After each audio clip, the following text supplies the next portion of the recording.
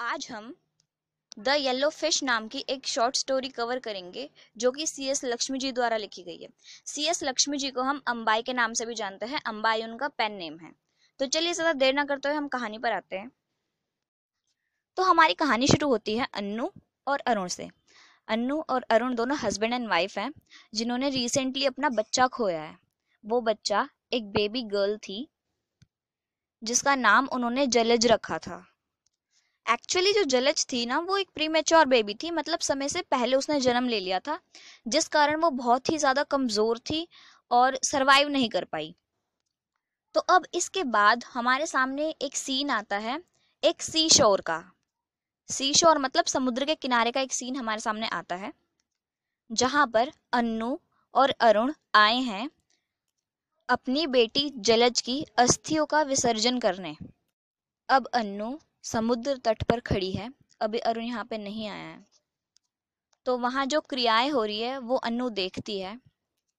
अन्नू देखती है कि जो मछुआरे हैं वो नाव में बैठकर समुद्र तट की ओर आ रहे हैं और उन मछुआरों की पत्नियां जाल लेकर खड़ी हुई हैं कि कब मछुआरे यहाँ पे आए और वो जाल उन्हें सौंप सके।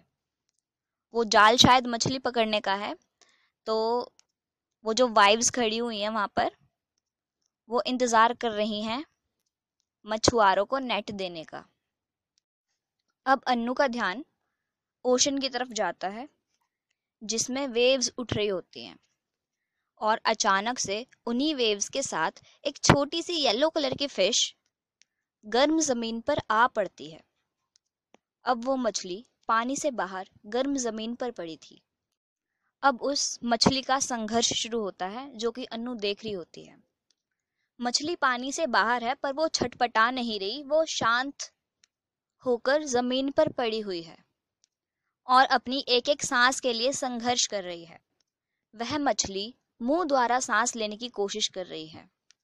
वह बार बार अपना मुंह खोलती है और बंद करती है जिससे कि उसे जीवन के कुछ पल और मिल पाए। ये सारा दृश्य अन्नू देख रही होती है और ये देख उसे अचानक से अपने बच्चे जलज की याद आ जाती है कि कैसे जलज भी अपने अंतिम क्षणों में ऐसे ही मुंह द्वारा सांस लेने का प्रयास कर रही थी। वह सांस लेने के लिए अपना मुंह खोलती थी और बंद करती थी, ठीक उसी तरह जिस प्रकार अभी मछली कर रही होती है। अब शायद अन्नू को इस पर लगता है कि वो अपने बच्चे के लिए तो कुछ नहीं कर पाई, पर इस मछली के लिए तो कर ही सकती है। तो पास से ही गुजर रहे एक लड़के को अन्नू कहती है कि आप इस मछली को उठाकर वापस पानी में डाल दो। वह बच्चा अन्नू की तरफ देखता है और उस पर हंसने लगता है कि एक मछली को लेकर इतना भावुक होने की क्या जरूरत है। इसके बाद वह बच्चा उस मछली को उठाकर पानी में फेंक देता है और वह मछली वापस समुद्र में चली जाती है और उसे एक नया जीवन मिल जाता है। इतने में ही पीछे से अरुण आ जाता है जलज की अस्थियों का कलश लेकर, और फिर अन्नू और अरुण मिलकर दोनों जलज की अस्थियों का समुद्र में विसर्जन कर देते हैं। कहानी के आखिर में एक लाइन द्वारा इसको समअप किया गया है जो कि सिग्निफाई करती है कि जो पानी है, जल है, वो लाइफ देने वाला है, जीवनदायक है, क्योंकि उस पानी ने जो येलो कलर की फिश थी उसे भी जीवन दिया, एक नया जीवन दिया।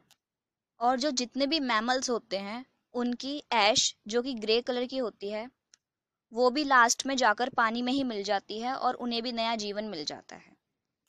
और इस मैसेज के साथ हमारी ये कहानी यहीं खत्म होती है।